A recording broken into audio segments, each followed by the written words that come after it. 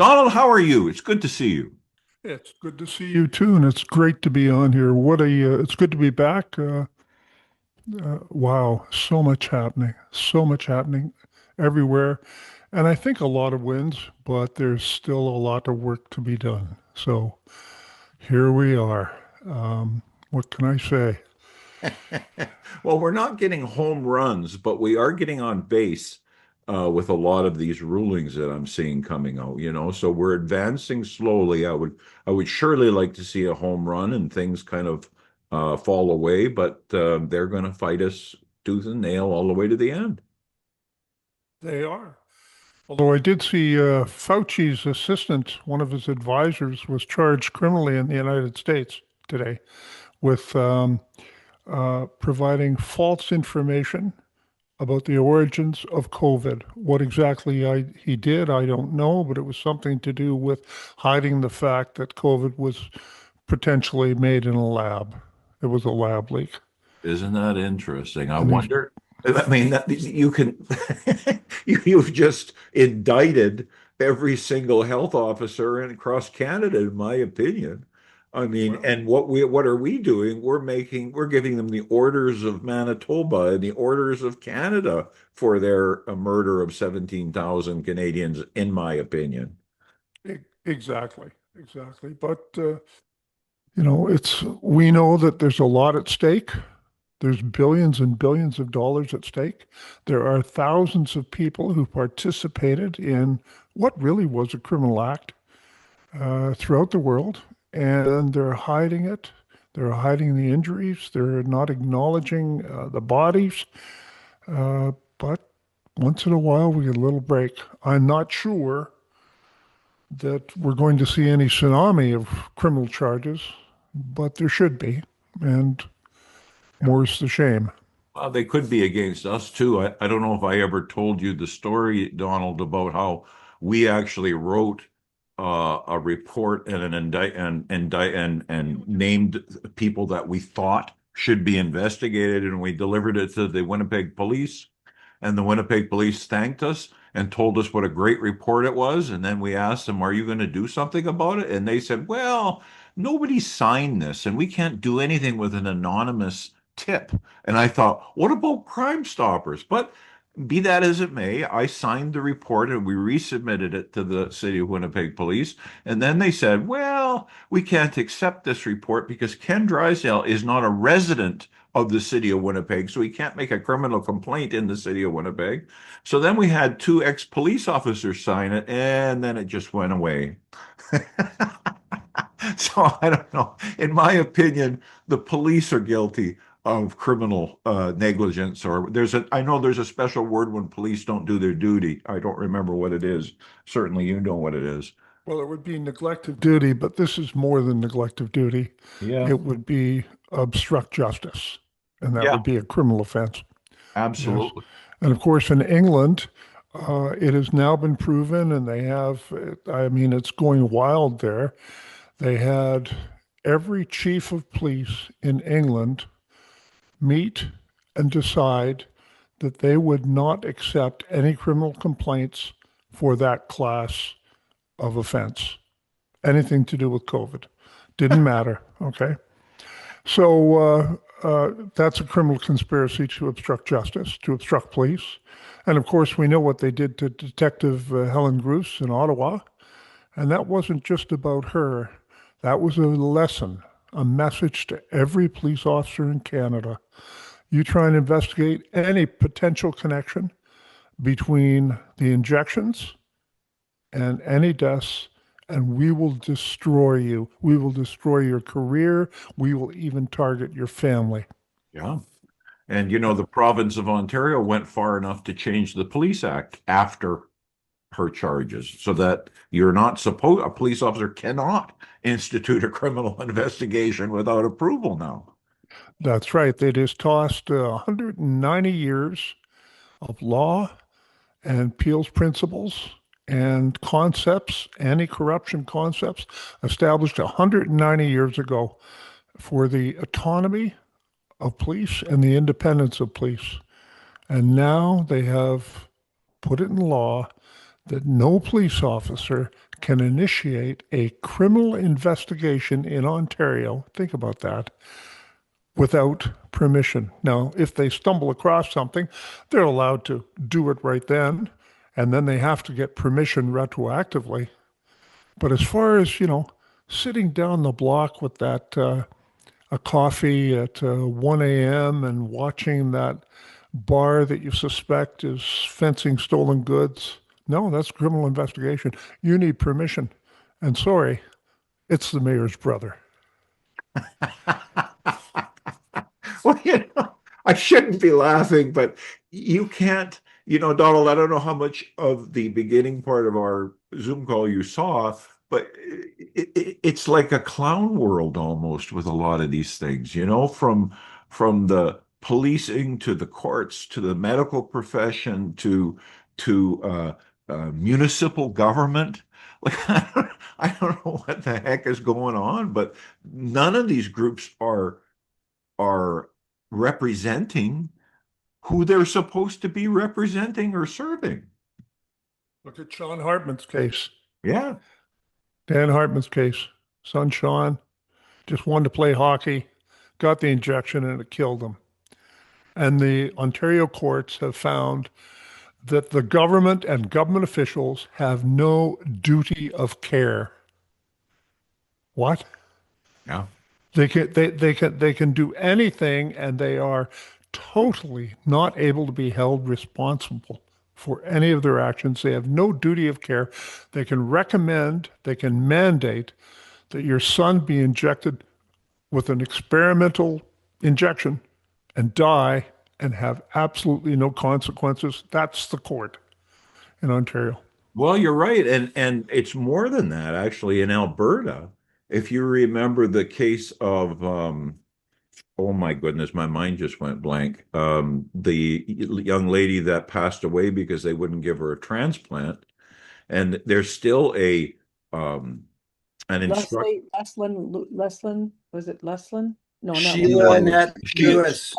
yeah, Lewis, yeah. Sheila. And what the interesting thing that the courts ruled there, it was kind of the exact opposite, wasn't it? The courts said that the doctors who refused the treatment which resulted in her death, they they acted independently on their own medical opinion, and therefore they weren't subject to the protections of the Charter of Rights and Freedom. Because, of course, Sheila Lewis brought an action under the charter, but they dismissed that because the doctors weren't subject to that, and yet during the NCI, we had, I don't know how many doctors that were getting fired and losing their licenses because they weren't following the government's instruction. Number one, that they had to give the shot. Number two, they couldn't give exemptions. And number three, if they reported um, bad effects from the shot, they would lose their license for it. So they rule this way over here and that way over there, and it's complete opposites. But comrade, you don't understand the people's courts. Comrade, this is your problem. Yes. Tabanish, you mean? Now, Donald, I know we're going to get into your wanting to talk about MAID, but is there any kind of update you can give us on Helen Grus's story without violating anything with her or not?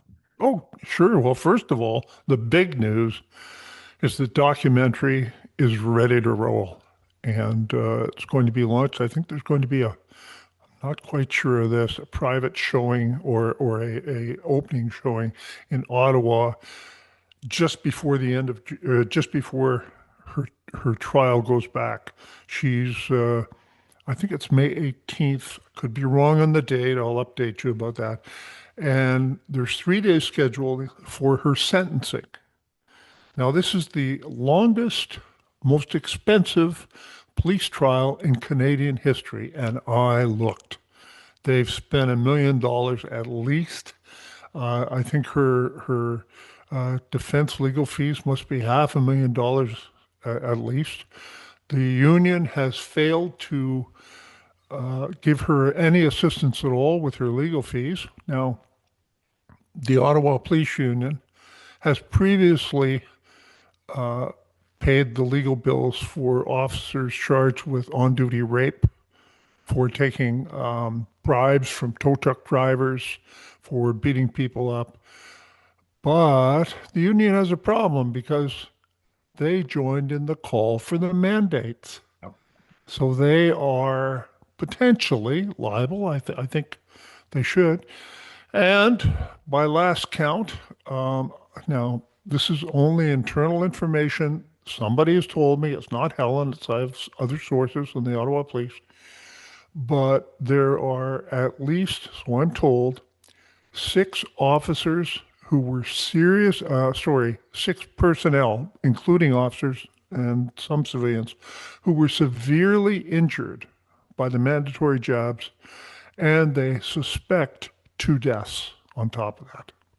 So all of this is, just coming to a crescendo with Helen's sentencing. Now, she was found guilty of discreditable conduct for initiating an investigation without permission, where, and by the way, any police officer prior to the act being changed on April 1st, good date, April Fool's Day, 2024, the Ontario law was changed so that officers must ask for permission. But prior to that, nobody had to ask for permission, but she was charged and convicted for not asking for permission because, and the sentencing document is, or the document that found her guilty is absolutely incredible. It admits that she should have asked for permission because she was investigating public officials and and that her investigation, her criminal investigation, had societal ramifications. So she should have asked for permission, comrade. Isn't that what policing's about? It has societal implications, and you're supposed to be investigating the watchers? I'm sorry, comrade, you don't understand the party, and I'm going to have to report you very, very soon, sir. So you better watch yourself. Well, I'm part of the proletariat now, so I mean, you know, I guess the Russians used to have Siberia. Where will we send people? There Winnipeg. used to be an old joke about Winnipeg on a Saturday night, but I'm not quite sure. I couldn't help that. Well, it's again, I shouldn't be laughing because it's so serious, but I don't think people would want to see me cry. It's just so insane, these things that are going on. I see rulings coming out on all kinds of things. I mean, these people who got charged with mischief and their lives were ruined, their bank accounts were shut down. They were in prison or jail or remand, I guess, for how many years? It's just insanity. Right. But you can shoot a person for the second time and get bail again. Well, you know what? You're right. Unless it's somebody who's broken into your house at 3 in the morning, then you've got a problem. Yes, I'm sorry. I forgot about that. Yeah, the new rules. Oh, and one last thing before we get to, the MAID issue, which is no laughing matter, I'll tell you. None of this is, but well, here we are. Juno News reported just an hour ago that an officer's class in the Canadian Armed Forces had over 80% non-citizen, just permanent residents, some who had been in the country for a matter of months and they're going to be officers. They're training to be officers in the Canadian Armed Forces. And there was two major problems with the class. Only 50% were able to graduate. And the two problems were about 80% of these people had never worked with women or seen them as equal before in their lives. And that caused, some problems. But one of the big problems was there were two African factions, one from Cameroon, and I forget the other country, and they got into it because they hate each other and they kill each other, but they're now going to be officers together in the Canadian Armed Forces, and they couldn't even get through training. That's breaking on Juno News. And, I'd like to say it's unbelievable, but no, it's perfectly believable in today's Canada. You're So right. You're right. there you What? go. Well, Donald, do you want to talk about MAID and what I understand you're putting together a three-part series, and what can you tell us about it? Well, the series is being published in Druthers on May 1st. It's the first article. And when I started looking into MAID, and bringing my investigative background to it, I was really appalled because it is totally out of control. No matter what you think, and look, I'm 72 years old, and I've seen a lot of friends and a lot of relatives pass on. And as a former police officer, I've seen a lot too. But one of the first things that I ever saw in regards to MAID and organ transplants and donations, I was a young copper, 1980, and I've been assigned to to babysit a victim of an armed robbery who had been knocked unconscious, terrible head injuries, wasn't known if they were going to wake up or not, wasn't known if they were going to go into die, or they'd wake up and say, so and so did it, which would, be information. So I was assigned there to sit there, and I'm sitting there, middle of the night, and I'm reading a paperback novel. I'm in a little, there's curtains drawn all around me, and I have my feet up on another chair, and I'm in uniform, and I'm reading a novel, waiting for the victim to wake up. A couple of beds over, and we're in a private room, except a couple of beds over, there is a young lady with a serious, serious head injury, I believe from a car accident. And some doctors come in. They don't know I'm there. And they start talking. And the conversation is this. They'd like to do something to save her, one doctor did. And the other one says, if we do that, it will destroy our ability to use her organs for transplant. And I've got a patient who needs her organs. So they're talking about killing a patient for their organs or allowing them to die for their organs. And this is something you witnessed yourself personally. Absolutely. And what I hear them doing is, I thought, and I still to this day, that it met the qualifications for conspiracy to murder. Yeah. And I stood up, walked a couple of paces, ripped back the curtain, and you never saw two more surprised men in all your life. They thought they were alone.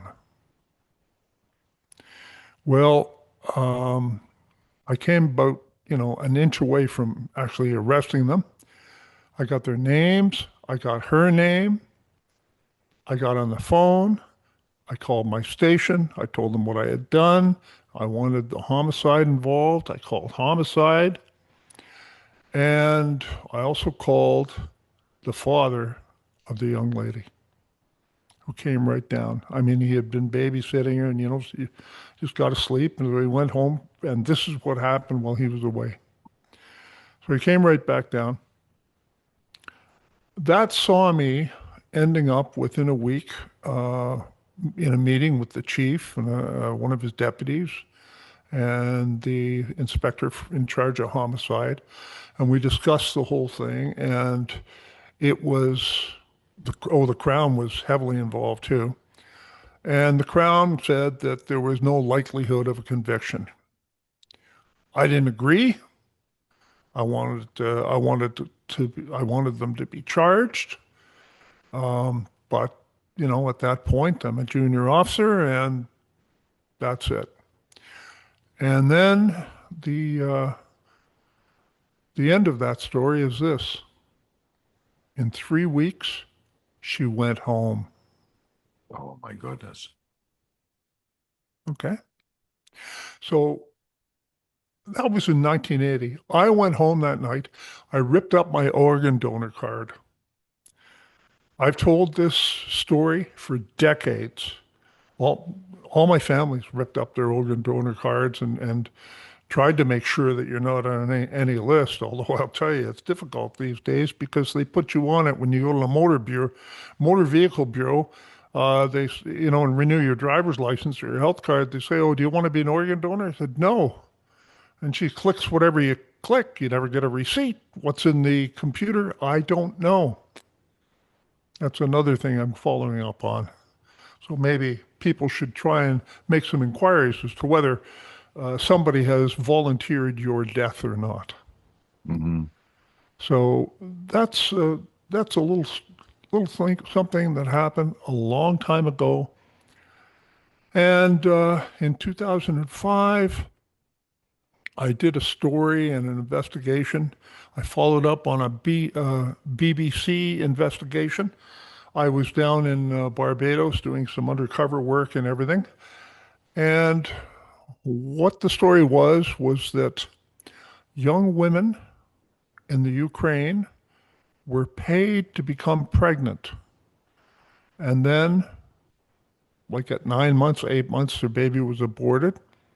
Or sometimes they gave birth to the baby and the baby was taken away. And they were given $1,000 US. Now, this is not me giving some rumor. You can look it up. It's in the Barbados Free Press, The Nation, the BBC. This whole story was huge. A British member of Parliament went over and documented the whole thing.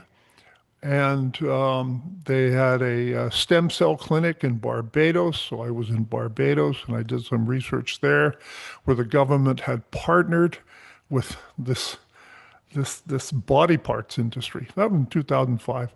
So this thing has been going on for a long, long time. Yeah. But Canada now is a leader. We're a leader in one thing anyway, killing its own citizens. We're not ahead of the pack of much, but we are on a per capita basis. We're coming up now on 100,000 citizens killed by the state. So my article coming on May 1st centers upon the fact that Canada has ordered its doctors to falsify MAID death certificates, Yes. except for BC, and I'll get to that. At least they're being semi-transparent with it, but across Canada, doctors have been ordered to falsify MAID death certificates.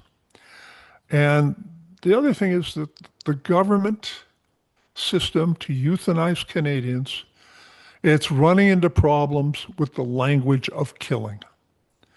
I mean, the language that we have is just too descriptive. So we are using MAID, medical assistance in dying. Medical assistance in dying. Okay, so the medical people are going to assist you in dying. Well, licensed killers are going to come to you and they're going to kill you. Now, the College of Physicians and Surgeons in Ontario, they've instructed physicians that are completing death certificates for people who have been euthanized, have been killed by the state. Quote, the illness, disease, or disability leading to the request for MAID is to be recorded as the cause of death. The certificate cannot include any reference to MAID or the medications administered. So we are purging the death records of any reference to MAID, to government killing, to how the person died, and they call them medications. Well, let's talk about that. You know, with the death penalty in the United States, there's been a lot of pushback from people who, even if they support the death penalty, do not support killing people by these lethal injections. And the fact of the matter is, they sometimes don't work. Yeah. The person is, I mean, the person has been in agony for an hour and it's like torture, and then they bring them back the next day and try again. You want horror stories, go into lethal injections. Now, in Ontario, in Canada, the medications that are administered, no, the poisons that are injected, in practice, they are a sequence of unregulated injections. Typically, they start with a sedative to render the patient unconscious, a paralyzing agent to stop the lungs, and a drug to arrest the heart. Well, the specific substances, the quantities, the combinations, the timing are left entirely to what the law refers to as the provider. Yeah, the state licensed killer. And when protocols, injections, produce inconsistent outcomes, documented failures, you know what we call that? Another word for that is an experiment. Yeah. So all of these MAID killings have been done experimentally. Yeah. And there have been some very, very terrible outcomes, which are sometimes reported. There's an Ontario coroner's report, which is very interesting. I refer to it in my article, and I'll be getting more on that. So the killing procedure is what the death certificate is forbidden to mention. They must record the disease, cancer, disability, depression, schizophrenia. I mean, that led to the person to ask for death in the first place. But how is depression a cause of death? How is disability? How is blindness? We already killed a person because he was blind and diabetic. No other reason. And now, with the legislation coming forward, we're going to be killing mentally ill people and children. So we practice euthanasia, not assisted suicide. Now, it's a big difference, and this distinguishes Canada from the United States and many other countries. In every American jurisdiction where assisted dying is legal, it's assisted dying. Oregon, California, all the states that permit it, a person must self-administer. They must drink the prescribed substance. They must push the button. They must initiate the act themselves that kills them. The state provides the means. The individual initiates the act. Canada rejected that entirely. Here in Canada, a state licensed killer administers the injections directly. The state does the killing. It is not a suicide. By any clinical, by any legal definition, it's euthanasia, and you will not see the word euthanasia in any legislation in Canada that I have seen yet. Call it anything but euthanasia, anything but killing. You don't even see the word killing. It's medications. I say we should stop using the language that normalizes the terrible evil that this is. Now, don't get me wrong here. I'm 72 years old. Maybe if I'm lucky, I'll live to 90, maybe 102 like my grandfather. But I have seen relatives terribly, terribly suffering at the very, very end. And I've seen some people when I was a police officer who were involved in crashes and accidents who shouldn't have been alive. I mean, I remember one time, I won't even mention the accident because then people would know who it was. And everybody's just looking at each other and saying, please, God, just let him die out on the street because it was so horrific. So I don't know. When the time comes, maybe some of us will make a decision like that. Maybe we won't. I don't know what I'll do. But nope, I've had days where I'm depressed. I don't know if I was crazy or not, but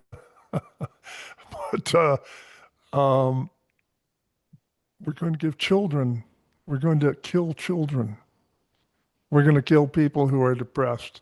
We're going to kill people who are just struggling with drug addiction and mental illness. And that's what we're going to do. But because the cause of death is removed from the death record, the government's role in death is erased from the legal certification, from the record. It's erased. It's never recorded. They can say what they want about a separate registry and everything like that. So it doesn't happen. So Health Canada, their most recent report confirms that about 76,000, a little over 76,000 Canadians have been killed by state killers since the legalization in 2016 to the end of 2024. And that's 1 out of every 20 deaths. Yep. Yep. And Wow. and just so to put that in perspective, Canada lost 45,000 people in World War II. 45,000 Canadian deaths during all of World War II. And he's talking about double that. Yes. And by any record now, we're heading for 100,000. Maybe it's there now. But outside British Columbia, the policies governing those death certificates in every province and territory, they're forbidden to tell the truth on the document. There you go. But once again, what do they put on the document? How can depression or blindness or poverty be on the document? So we're running into problems with the language of killing. Mhm. They don't know what to call it. They're trying their best to call it something else. But I don't call these people medical providers. They might be a nurse practitioner, they might be a doctor, but what they're doing is not providing medical assistance as far as I'm concerned. Do no harm. Heal or do no harm. There we go.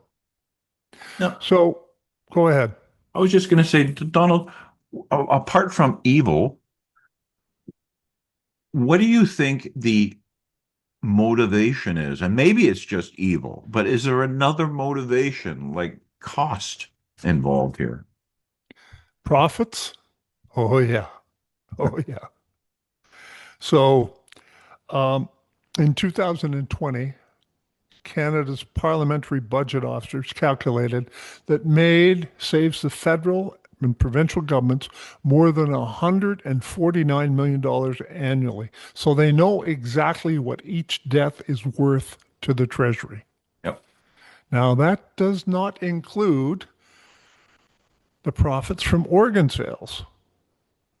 And we know China for decades has run a business. There's a price. You need a new heart. You need a new kidney.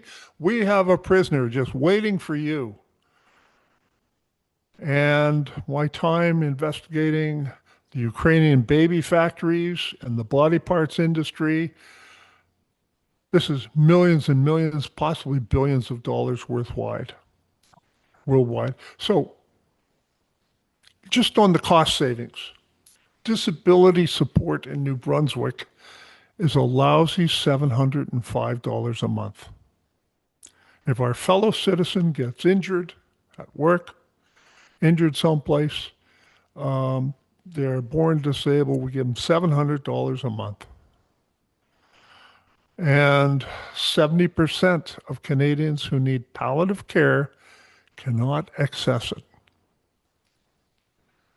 So approval for MAID is moving quickly. Now ask yourself who that system was designed to serve. It sure wasn't designed to serve Canadians. Ask yourself about the economics of encouraging death. And why do you think that we have all these sympathetic articles in the government paid media about euthanasia? Oh, I'm sorry, medical aid, medical assistance in dying. Christine Gauthier is a decorated Canadian veteran. Her on-duty military injuries put her in a wheelchair, and she did very well at the 2016 Paralympics in Rio. She was on Canada's team. And yet she testified in 2022 before a parliamentary committee that a Veterans Affairs caseworker offered her MAID in writing a letter to her. We'll kill you instead because we can't give you the funding for a wheelchair ramp.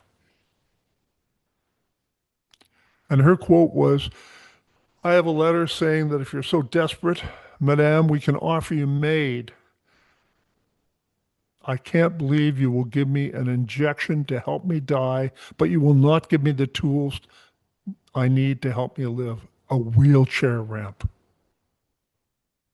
You know, Don, I know that in order to inflict this on Canadians, they changed the criminal code, but I'm not aware that they actually changed the part of the criminal code that makes counseling to suicide illegal. Well, And isn't that something? Yes. yeah, so Yeah. these doctors who are offering these patients a suicide, in from what I understand from the criminal code, are breaking the criminal code. And we also permit organ harvesting so they can make the pitch for that too. And I mean that's legal. They can come in and say, "Hey, you've already chosen. Would you like to give your organs? By the way, I have two patients lined up for them." Yeah. Yep. So the death certificate doesn't record the injections, the MAID, and it doesn't record what was done with the organs. So we have deliberately designed the government reporting system to not let us know how many people are being killed, what they're being killed with, and what is being done with their organs. So this is where we are. We are leaders in this field, and the same state, the government, and the medical industry, that they know exactly what each death saves the treasury. They also know how much they make from the body. But that information has not been studied, or at least if it has, our government is not releasing it. And then we get to the biggest thing, which is this. What if you don't want to die, but somebody wants you to die and your body is worth money? In 2024, Ontario's chief coroner released a report. You can find it yourself online. There were 428 what he called compliance issues by 2024. Broken safeguards, documentation missing, potentially non-consensual killings. What? What kind of language is that? potentially non-consensual killings. A quarter of all licensed killers, MAID providers, received at least one compliance flag, at least one, in 2023. So a quarter of the licensed killers made serious errors in administering death in the killings in 2023. Not one was reported to the police. So the falsified death certificates, it's not a separate problem from the criminal conduct.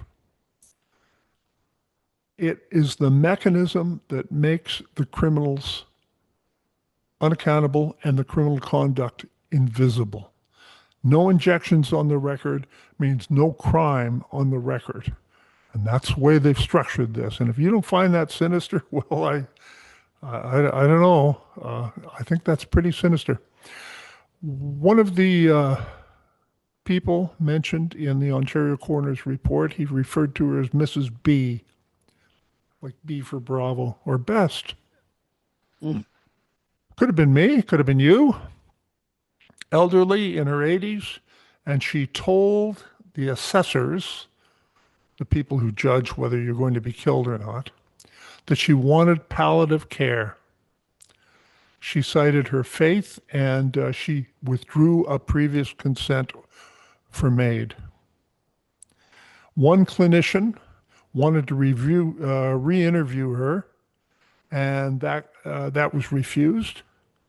And that evening, they killed Mrs. B.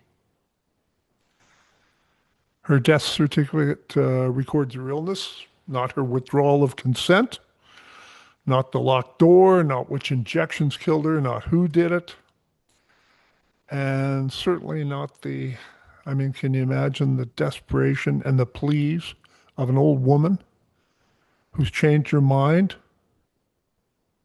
about being killed? Not changed her mind about suicide, changed her mind about being killed. Let's use the language that should be used, my friends. You're right. And Yeah.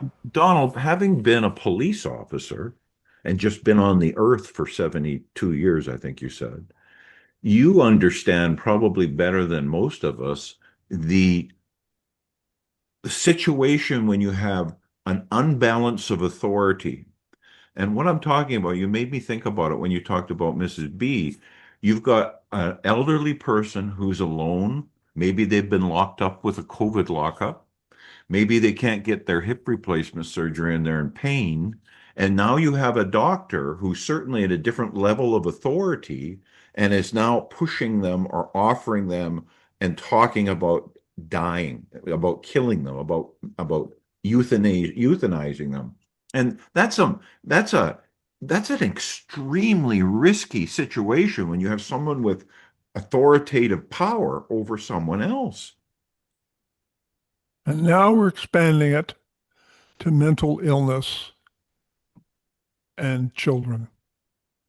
So the system that killed Mrs. B without her consent is about to be handed a category where there's no real reference, no defined limits, no reliable way to establish consent at all. If someone's crazy, how can they consent? But we're going to do that for them, aren't we? As a society. That's what's going to happen. Now, under the criminal code, the MAID providers, that's what they're told, the licensed killers, are exempt from homicide charges only if the consent requirements are met. But with Mrs. B, she withdrew her consent. And that exemption therefore did not apply. And the criminal code has one word for that: murder. Oh. So that's where we are today, folks. And you're going to hear it today first here. I haven't told anyone. I'm breaking a story. Oh, if I can get it published tonight, it'll probably be tomorrow. Another story.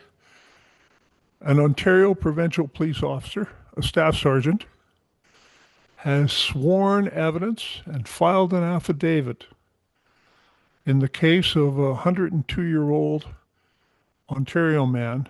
The court ordered the police to apprehend the elderly man at his home where he's living with his son and bring him to a nursing home.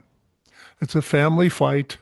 The sister has power of attorney over him, but the old man doesn't want to go and live in the nursing home. And the officer swore evidence and testified that that members of the family, including the son of the old man, fear that if he's taken to this nursing home, he might be killed under the MAID program, and they might even coerce him into it. Of course. Yep, we're very costly, us old people. And if you're not there yet, well, God willing, maybe you will be someday. But Well, we're very costly. I do have another term for this apart from murder, although murder is quite descriptive. I'm I hesitate to say what I'm going to say because my wife will correct my pronunciation. But this program is not new. This was also known as the Tiergartenstrasse 4 program, the T4 program, which is what the Nazis put into effect during the 1930s. And our family, or my wife's family, was affected by that. They had a aunt who was taken away at the age of 3 and murdered. So, folks, Yeah. we're Go not, ahead. I don't think we're, I was going to say we're not far from that. But when you consider 100,000 babies aborted every year in Canada, when you consider 15,000 people that are dying from overdoses, when you think of all of the other things, the obesity and everything else that's in Canada right now, we have a death cult. We're in a death cult right now. You know, you got MAID at 100,000, abortions at 100,000 a year. You got opioid deaths, 38,000. I'm just looking at some notes I made before Donald came on. You've got suicides at 40 to 45,000. Excess deaths unexplained, 40,000. Infant mortality. Do you know Donald, do you have any idea how many people in Canada, according to the Medical Association, die from medical errors in Canada every year? 280,000. Hmm. Sorry, Did, that was since 2014. So that's about 28,000 a year, 25,000 a year. If you don't think that we're in a death cult, I don't know what the heck you call this. yeah. You know, look, I don't mean to hurt anybody. I really don't. Um, I've been pro-life for a long time, ever since I discovered medical science, advances in medical science, that, we were lied to when we were in school, when we were young. Uh, when I mean, it's not just a little blob of cells at 3 months, is it? It's a person. And we were lied to. And, it's hard to forgive yourself sometimes for that. But we were also programmed with this death cult you're talking about, Ken. I grew up with retards everywhere, Down syndrome. But that's what everybody called him. Oh, he's a retard, okay? And it wasn't said maliciously because these people were throughout our society, adults and children. I'm sorry, in Simpson's department store in Hamilton, the elevator operator was a very high functioning Down syndrome gentleman, and he would go up and down and he'd make the same jokes at each, you know, uh, third floor, ladies' lingerie. Gentlemen, you don't get out here. And that was his joke. I remember that. They're all gone now, aren't they? You don't see very few Down syndrome children anymore. We target them in the womb Yeah. or shortly after they're born. And that's another story that people will back me up on. And certainly there's enough evidence, individual cases and generally. But these people were throughout. They were throughout Canada, in the United States, and they're gone now. They're totally gone. But it's interesting in some countries in Asia that I've been to extensively, Burma and Thailand. There are Down syndrome adults and children. And it's not that they don't have testing in the womb. It's just that they have a different thought about the Buddhists and their society, whatever culture. And, I think that we could learn a little bit from them sometimes, a little more respect Yeah. that way. So I guess that's it for tonight, Ken. Well, that's a high note. We do have a few people with their hands up, Donald. Are you able to take a couple of questions? I sure am. I sure am. I'll try and leave you with a bit happier, but it's a serious situation we Yeah. have here, isn't it? It's unbelievable. Rosalie, go ahead. You've had your hand up for a long Yeah, time. this is so sobering. Uh, I've got lots of questions. Thank you so much for sharing all of that information. I guess you touched a little bit on what my question was, but I know at this point they give counseling, they try to coerce people. It seems like it's still a place where it's got to be initiated from the person, or they will try to initiate it for you. There's still that conversation, seems to be, but it feels like it's only like one step this way or that way, and there's no more, like they will choose who they decide. And that feels like it's not even a slippery slope. It seems like it's almost like just one step. That is so concerning, and there's a lot of questions I have even about that. But when you talk about people who are mentally uh, handicapped, I have a friend who runs quite a large organization. It's a not for profit, and it's exclusively people that work in that organization are exclusively handicapped, and they've got beautiful relationships with these people. They take care of them, etc. And they're, I mean, you can imagine. I guess my concern is, at what point? I mean, it seems like it's just so close to just, if this kid isn't wanted, that person, get that person off the street. I don't know. That person's mentally impaired. Uh, Just an arbitrary when. I mean, it's easy to do all of a sudden, and people won't even know what's happening. The Germans had a word for it, which I will not try and pronounce. Life unworthy of living. Life unworthy of living. Yeah. And, excuse me, they too structured their society to indoctrinate the coming generations. A math lesson I remember I seeing a German school book from the early 30s, and it was even before the Nazis. I mean, all the eugenics program and life unworthy of living, that was a long time before the Nazis. I mean, this has been here a long time.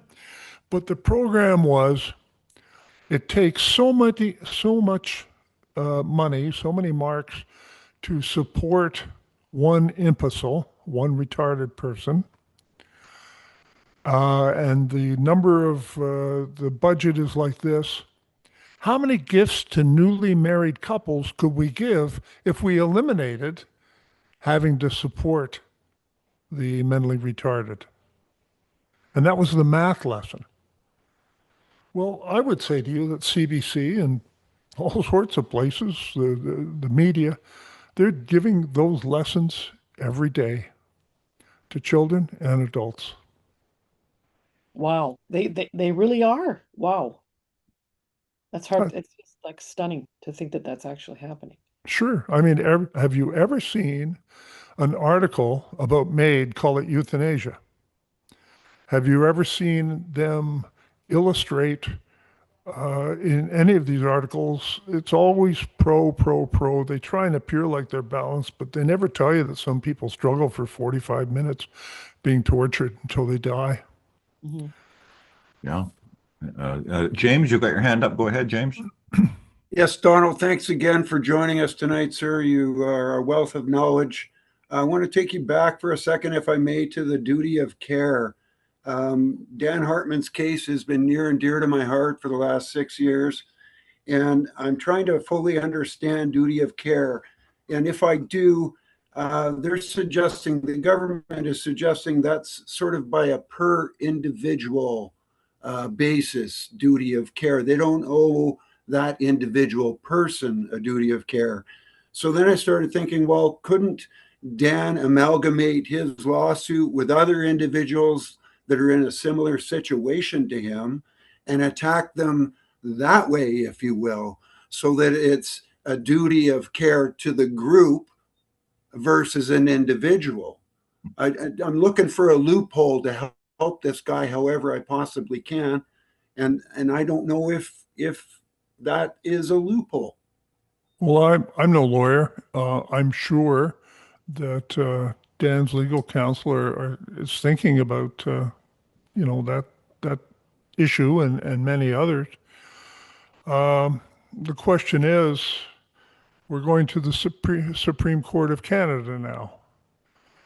And the Supreme Court of Canada has already debased itself by being political. You remember during the vaccines, they told everybody to get it.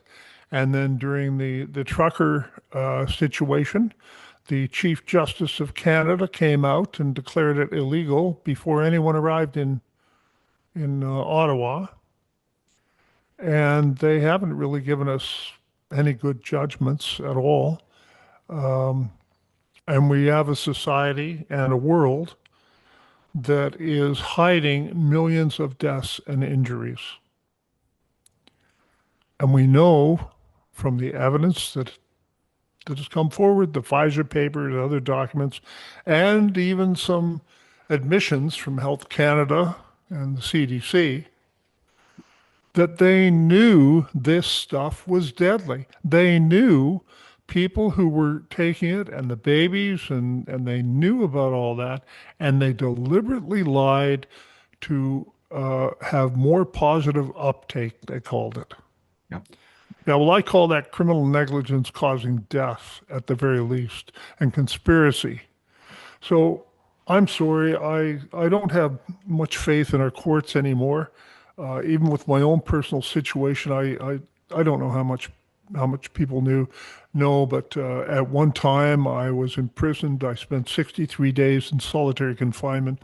I was convicted of contempt of court in a civil matter. And I was eventually vindicated, but I still had served that time in jail.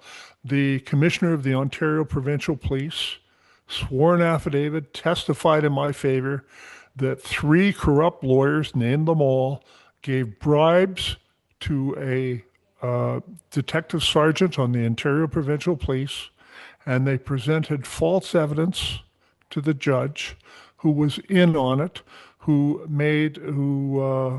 afterwards went to a secret back room and without telling anybody, without putting it on the record, and without putting a copy of the warrant for my arrest and incarceration, he doubled my sentence and only sent that to the prison.